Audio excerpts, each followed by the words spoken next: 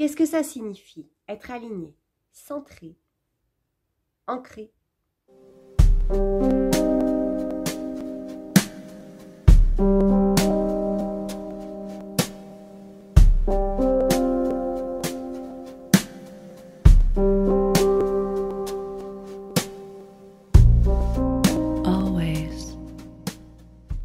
Bienvenue chez Jess Harmony. Je suis votre initiatrice tantrique depuis 2011. Je vous aide à vous reconnecter à vous-même par la voie tantrique et la sexualité sacrée. Pour recevoir mes vidéos régulièrement, n'hésitez pas à vous abonner à ma chaîne. Bonjour à tous, j'espère que vous allez bien. Une courte vidéo pour vous expliquer ces termes-là que vous retrouverez, quoi qu'il en soit, énormément en spiritualité, mais même partout maintenant. Vous allez retrouver ça vraiment de plus en plus parce que ça commence à rentrer dans la tête de tout un chacun. Alors, qu'est-ce que ça signifie être aligné? Donc, aligné, c'est ce qu'on dit en spiritualité, enfin pour moi, c'est que tous tes corps de l'aura, tous tes chakras sont alignés sur le divin, sur ta divinité à toi, sur ton soi supérieur. Aligné, c'est donc être en total accord, donc tous les corps accord, d'accord, tous nos corps accordés ensemble. Le corps physique, donc celui qui agit, l'énergie vitale, donc l'énergie qui pousse, le désir, le mental, donc les pensées, les émotions, le corps émotionnel, et puis après, bon, le cœur, le cœur à faire les choses, faire avec cœur, à cœur. Du coup, tout ça est sur le même chemin et du coup là, à ce moment-là, on est aligné et c'est quand on est aligné qu'on attire la loi d'attraction et de vibration à son maximum. Quoique, il y a encore l'inconscient qui peut ne pas être aligné et on ne le sait pas. Ça se travaille un petit peu plus, il faut encore aller un petit peu plus loin. Ensuite, être centré, qu'est-ce que ça signifie? Centré, c'est mettre toutes ses pensées dans son cœur. Qu'est-ce que je ressens? Centré, je ressens. Que me disent mes sens? Que me dit mon cœur? Vers quoi j'ai envie de... Qu'est-ce que j'ai envie de faire? J'ai envie de l'appeler. J'ai envie d'aller danser. J'ai envie d'écouter une musique. J'ai envie de prendre ma voiture pour aller à un endroit. J'ai envie. Et là, c'est être centré sur soi, uniquement sur ses envies, ses besoins, sur soi. Voilà. Donc, recentre-toi, ça veut dire remets-toi uniquement dans ton cœur en oubliant le reste. Qu'est-ce que ça signifie être ancré? L'humain est un arbre, d'accord? Il a des racines qui prennent forme dans la terre, il a un tronc et il a son esprit avec les chakras du troisième œil et du haut qui sont connectés au ciel, à l'univers. Donc la mer, la terre, le ciel, le père et l'ancrage, c'est-à-dire être avec le père, avec les énergies du ciel qui nous traversent et qui sont dans la terre. On ramène les énergies dans la terre. Ça veut dire qu'on est incarné. On vit son incarnation. Et je peux vous jurer que être ancré, c'est vraiment pas facile pour tout le monde.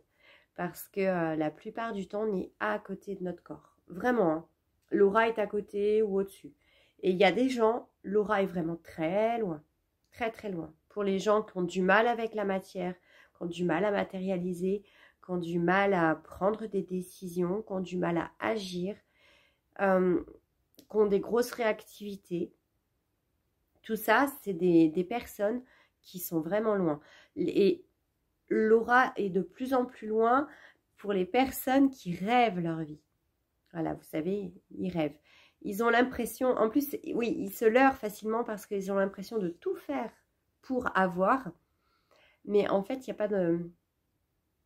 C'est triste, hein, j'en connais pas mal des gens comme ça.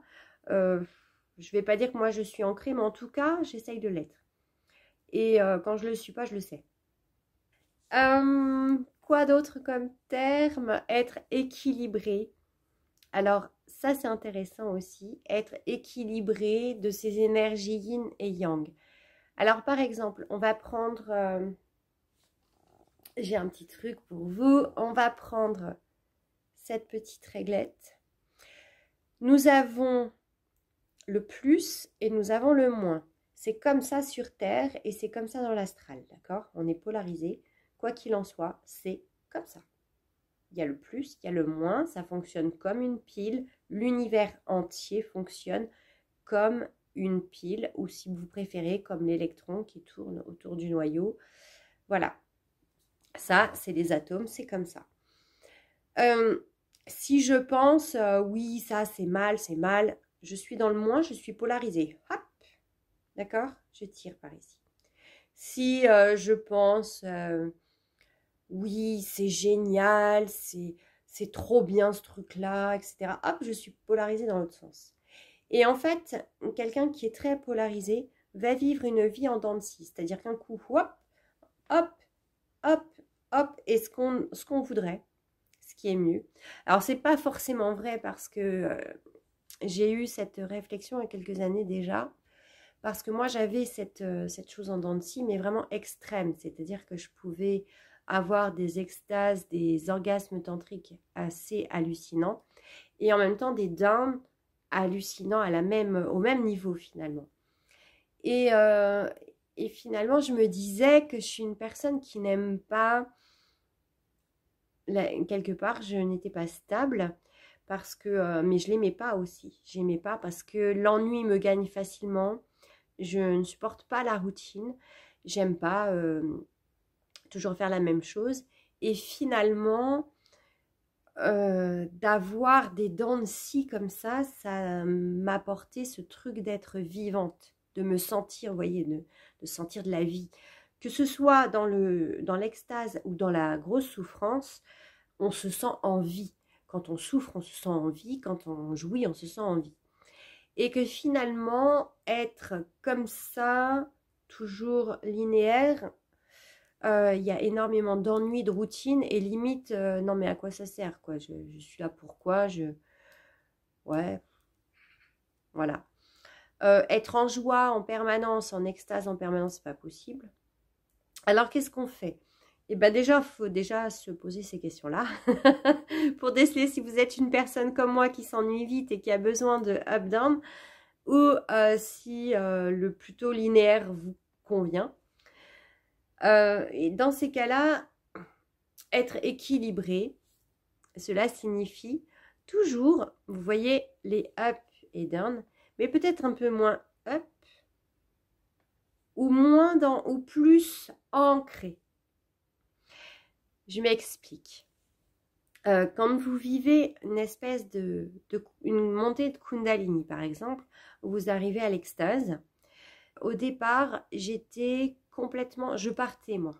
C'est-à-dire, j'étais plus là, j'étais plus dans mon corps, il n'y avait plus rien.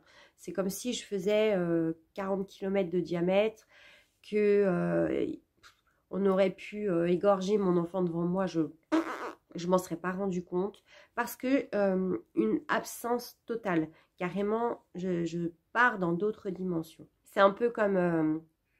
quelque part comme quand on est mort, quoi. C'est-à-dire que le corps n'est plus là, n'existe plus, ni le mental, ni l'émotion. Je me suis dit que finalement, je ne vais pas me priver de vivre ces moments d'extase, mais je vais plutôt les vivre ancrés, puisqu'on c'est ce qu'on nous demande, comme je vous disais tout à l'heure, d'être ancrés, de ramener ces énergies qu'on va chercher là-haut sur Terre, dans notre corps. Donc, de vivre ces choses-là, mais de rester dans le corps et de rester dans l'émotion. Voilà. Et du coup, ça permet de ne pas décoller et de ne pas, en ratterrissant, se fracasser au sol. Ça permet vraiment de vivre des choses, mais d'être là. Et du coup, on se fracasse beaucoup moins au sol. Ça, c'est une chose que j'ai conscientisée il n'y a pas si longtemps que ça. J'ai dû forcément me poser beaucoup de questions parce que moi, ma vie, c'était vraiment des up et down, mais à fond. et s'écraser au sol, c'était pas top. Et j'ai mis longtemps à comprendre ce truc. Voilà, donc je vous souhaite une belle journée. À très bientôt. Au revoir.